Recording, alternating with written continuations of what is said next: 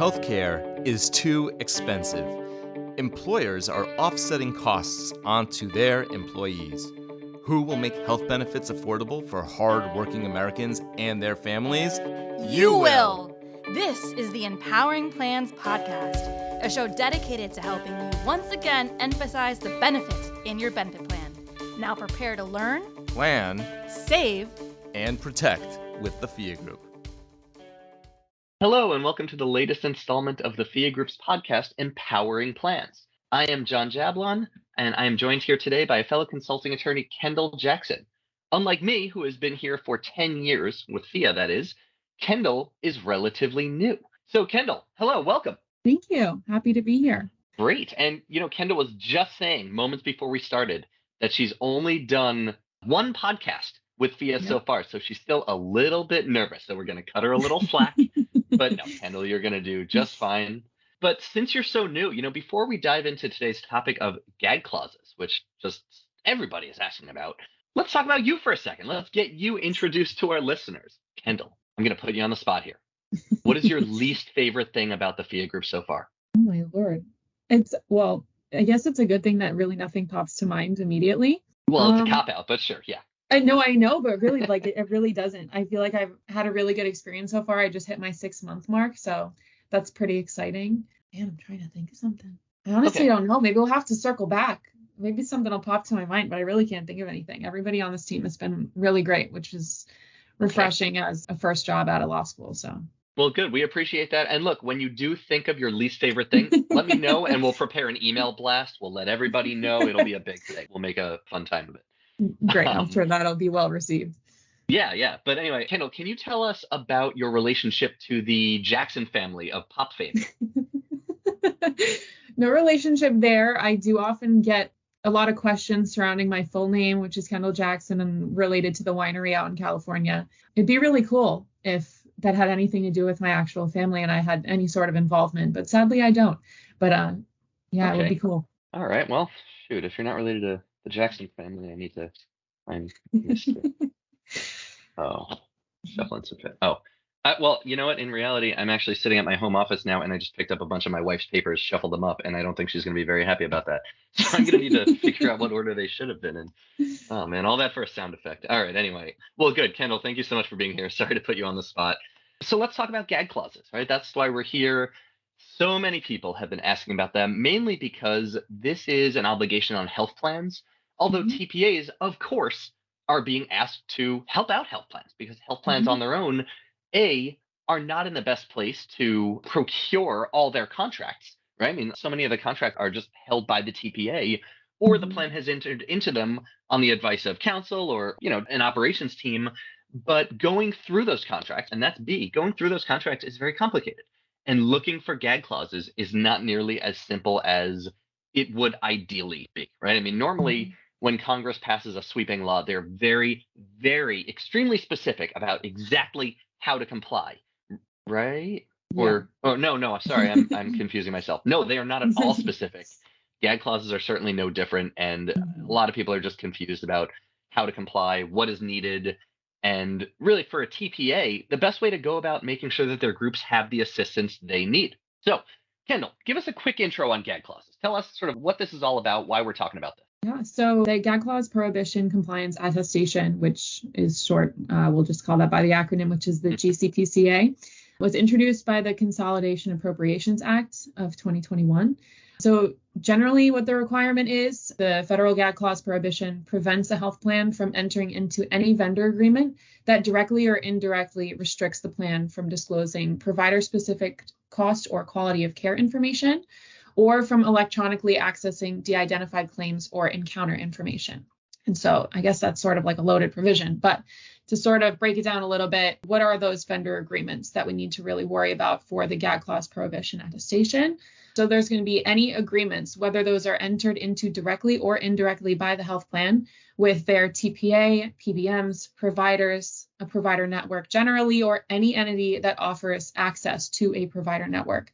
Those are all going to be covered under the gag clause attestation, and you'll need to review all of those contracts. Just to be clear, you listed some contracts with TPAs, PBMs, providers, a provider network, or any other entity that offers access to a provider network.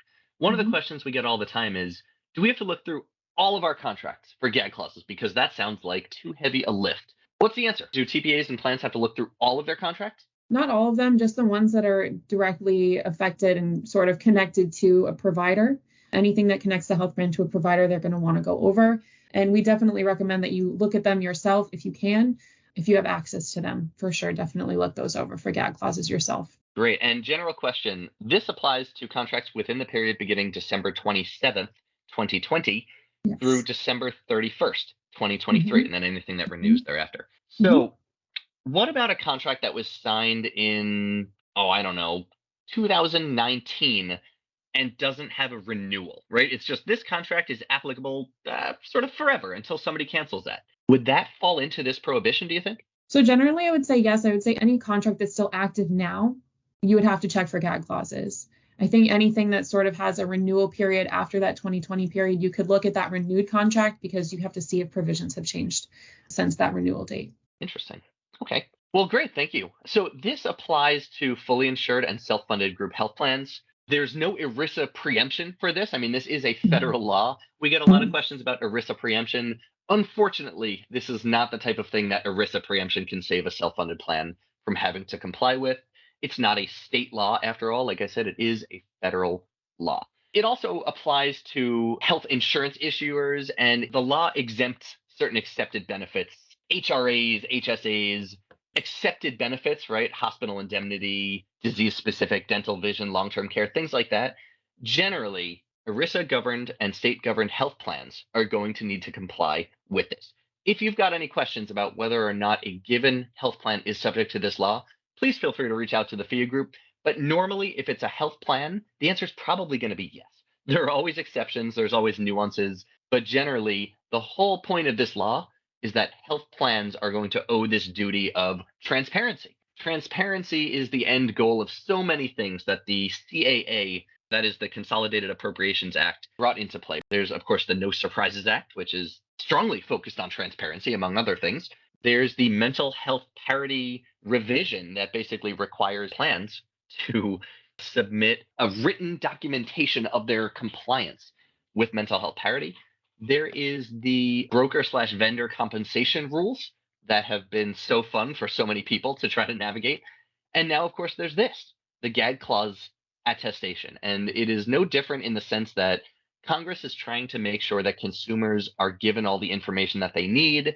Congress doesn't want there to be any gamesmanship, right? This isn't designed to be some complicated game where health plans and providers are doing things behind the scene. No, everything should be above board and transparent. And, that's even more important for ERISA governed health plans because of the broad spectrum of fiduciary duties that are imposed on health plan administrators, right? I mean, if everything is not transparent, how can the plan administrator really prove that what it's doing is in compliance with its fiduciary duties? It can't. So Congress isn't really trying to help plan administrators comply. That's not really its goal. But this law does inadvertently do that. And frankly, some people look at it as a burden. Some people look at it as a very good thing. But the only thing that is constant is that everyone needs to do it. So the requirement entails basically two main roles, the attester and the submitter. And those can be the same entity. Those can be different entities. Kendall, let's talk about what the attester's duty is. So the duty of the attester is really to go through all of those relevant contracts and guarantee that there's no gag clauses contained within them. They need to do a thorough review looking at all of the language and making sure that there's nothing that would restrict the plan from providing that information that goes along with the attestation. So the providing of the quality or cost of care information that's provider specific. Yeah, that makes perfect sense. And gag clauses are so funny because they can come in all shapes and sizes. They can be hidden. They can be forthright. I mean, before this prohibition was issued, most contracts that have gag clauses, I should say, they didn't really shy away from them. They embraced them. They didn't try to keep them secret.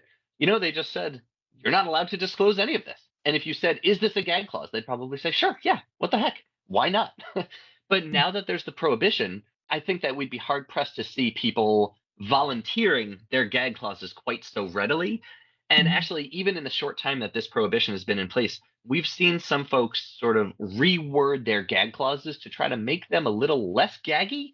but they're still kind of gag clauses. And sorry for using that word gaggy. That's just a weird word. I don't know where I was going with that. But yeah, so we see gag clauses come in all shapes and sizes, like I said. I mean, some really just come out and say, thou shalt not disclose this information. That is the most clear example of a gag clause. Just you cannot share this. What could be more obvious than that? But we see them sort of embedded in confidentiality provisions a lot. And in order to get rid of gag clauses, sometimes we see exceptions to the confidentiality provisions. Sometimes we see what's called severability provisions, which are provisions of a contract that say if anything in this contract is found unenforceable, it is stricken or severed from the contract. Kendall, pop quiz. Severability term within a contract. Is that enough to rid the contract of a gag clause? Yeah, so we think severability provisions sort of presents more of a gray area. You think sort of a sweeping severability provision would be enough, but we think that it could be, but probably not, because they essentially remove gag clauses.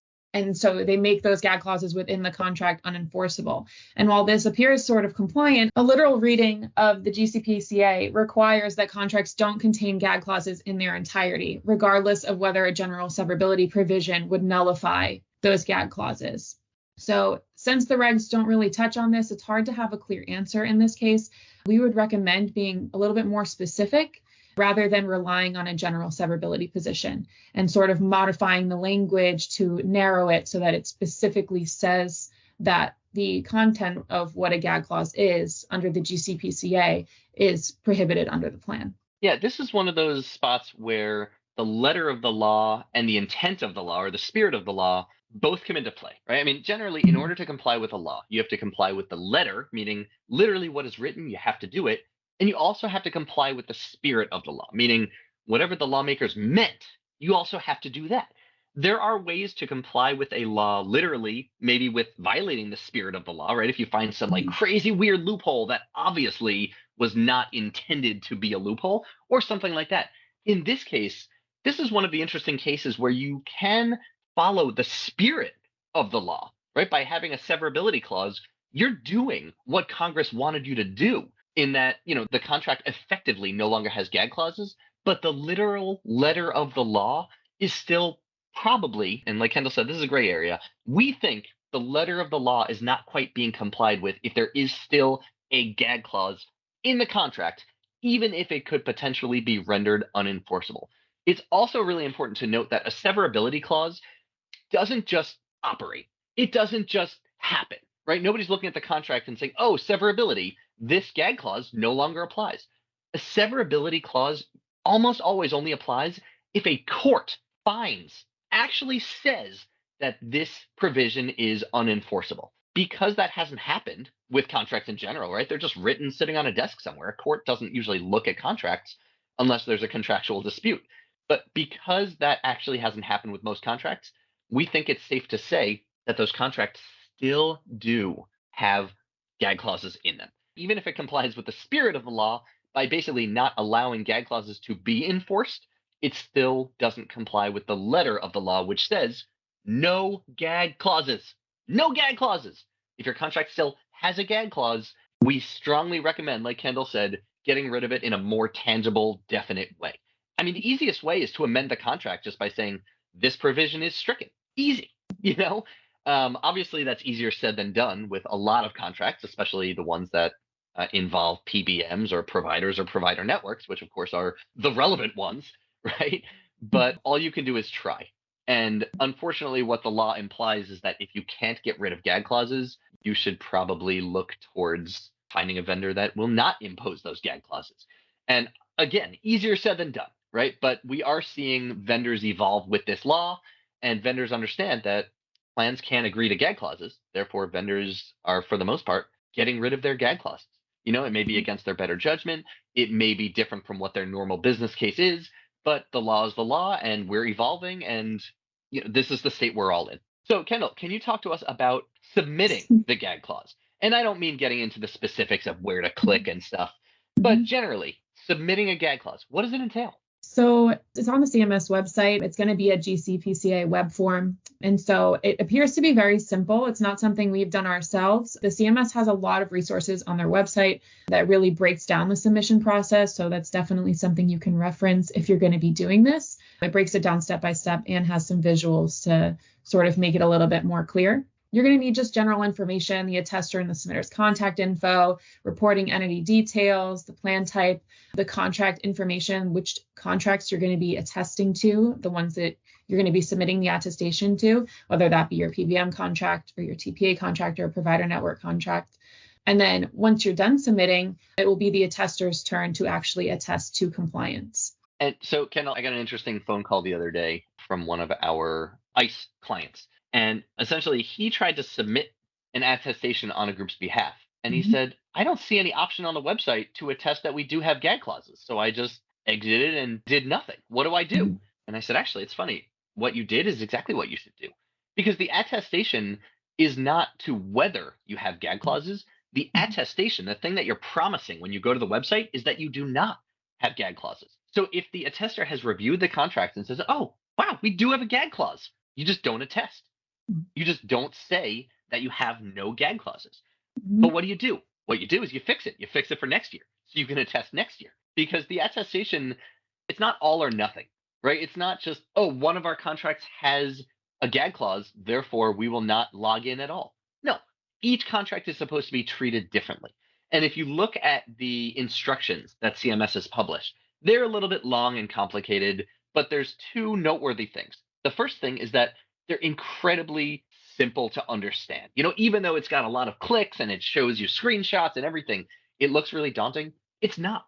The vast majority of the information is just information to identify who is doing the attesting and who is doing the submitting. All the questions but one are really about just who you are and what contract you're talking about. The last thing to say is, I don't have any gag clauses. You have to agree to that. Obviously, you don't submit the attestation if that's not accurate, but the actual substance of the attestation is really incredibly short. You just go on and you identify who you are, and the fact that you're even on that website means you're attesting to the fact that you have no gag clauses. If you do have a gag clause in a given contract, you just don't log in. You just don't do anything. And it sounds weird and kind of counterintuitive, but the attestation is to promise that you have no gag clauses. Can't do that if that's not the case. So yeah, I mean, generally, if you do have a gag clause, first thing you do, try to fix it immediately. But you can't attest to the fact that there are no gag clauses if you have gag clauses. It's really pretty simple. I mean, the irony is that it's actually less work for you if you do have a gag clause. But obviously, it's a little bit more work to then try to rectify it. But, you know, that's the irony of all that. So, Kendall, we get asked so often, how can TPAs help their groups? And do they have to? Can a TPA submit on the plan's behalf? Yes, they can submit on the plan's behalf. And so the TPA's level of their involvement is going to be up to their own discretion. They're not required by the GCPCA to attest on behalf of their groups. They can if they want to. And if they're going to decide to do that, they should enter into a written agreement with the group that they will be submitting on behalf of the group. So if the TPA is going to take on that responsibility to submit on behalf of the group, it's important to know that the legal requirement under the GCPCA remains with the plan. So the plan is always on the hook if this submission is not entered properly onto the CMS website. This is regardless of whether they have entered into a written agreement with a TPA and they've outsourced that submission. Even if it's not a TPA, a different vendor to do it on their behalf, the legal requirement remains with the plan. So if the attestation is not submitted properly, that liability falls on the plan. Yeah, that's really interesting. You know, this is like so many things with TPAs where if the TPA is going to do it, the TPA needs to protect itself. You need clear provisions saying the rights and responsibilities of everybody. And obviously, a TPA should strive to do the best work possible and not do anything incorrect or cause the plan any liability. But mistakes do happen. And we always like to make sure that TPAs are protected in the event of anything weird going on, right? Like maybe the server was down and the TPA submitted the attestation, but the government never got it or something like that. I mean, we actually have experienced things like that before, not with gag clauses, but with other governmental submissions. So, you know, our advice is always put it in writing. When in doubt, just write it down. And if you need help with that, come to the Phia group. We can help. We have drafted relatively short agreements before between plans and TPAs regarding this attestation. We just want to make sure that everybody is as protected as possible, but also as compliant as possible. So the other aspect of this, and I don't want to get too far into this because it can get a little bit complicated, but again, feel free to contact Phia if you have any questions. The TPA can do it all if it wants. The TPA can attest and submit on the group's behalf if the TPA really wants. We don't normally recommend this because just, again, the attestation is ultimately the responsibility of the group. So if the TPA is undertaking this responsibility, it's probably a little bit more liability than most TPAs want. But again, the government has specifically said if a TPA agrees to do this contractually, the TPA will not be held liable by the law. That is to say, there's still a contract, right? So the government is not going to enforce the gag prohibition against the TPA because it's only enforcing it against the plan. But if the TPA and the plan have a contract, then the plan can still enforce it against the TPA in the event that the TPA, say, incorrectly attests to no gag clause. We've actually seen a couple of TPAs who have said, we're just going to go ahead and attest. We're not going to do a deep dive into the contracts. We're just going to submit it to maintain compliance. And our answer has been, well, you're only maintaining compliance if what you're attesting to is accurate. You're really, as the TPA, you're putting yourself at a huge risk if you attest to something that you don't know is true, right? I mean, if you know that it's not true and you attest to it, that's a bigger problem, obviously. But if you intentionally fail to find out whether it's true and attest to its truth anyway, that's maybe just as big a problem. So we strongly, strongly recommend against that. And, if you're thinking of doing that or you've heard of anyone thinking of doing that, please advise them not to. It's a bad idea, any way you slice it. So if you're going to do that as the TPA, if you're going to be attesting on a group's behalf, we recommend getting some sort of warranty of compliance from the group. Basically, if the group can say, hey, TPA, we've reviewed all our contracts and we swear to you that there are no gag clauses. In our view, that's the only time the TPA should really be attesting on the group's behalf. If the TPA has some sort of guarantee from the group that there are no gag clauses. Now, it may turn out that that is inaccurate, right? I mean, maybe sometime down the line, someone will say, hey, group, you actually do have a gag clause. What the heck? But at least the TPA's got something in writing from the group to swear that they have no gag clauses. So the TPA basically was just sort of doing as it was told, and the TPA is, of course, entitled to rely on what the group says because the TPA is just trying to help out and shoulder this administrative burden for the group. So there are always other nuances. There are always other questions. Please do not hesitate to ask them. If you act and you have a question and you don't ask it, there is a chance that you will not be compliant. So please, if there are any questions, any concerns, any ambiguities that involve your business, please reach out to us or someone like us, frankly. We'd prefer you reach out to us, obviously, but we understand that some groups have internal counsel, some TPAs do. Either way, we want to make sure you're as compliant as possible. We are here to help. Please let us know if we can help. And with that, man, this has been a long one, but we hope it's beneficial. Kendall, thank you so much for joining. When you do think of your least favorite aspect of working at Phia, tell me. And like I said, we'll send out an email blast. But I'm John Jablon. This is Kendall Jackson. Thank you so much for tuning in, and we will see you soon.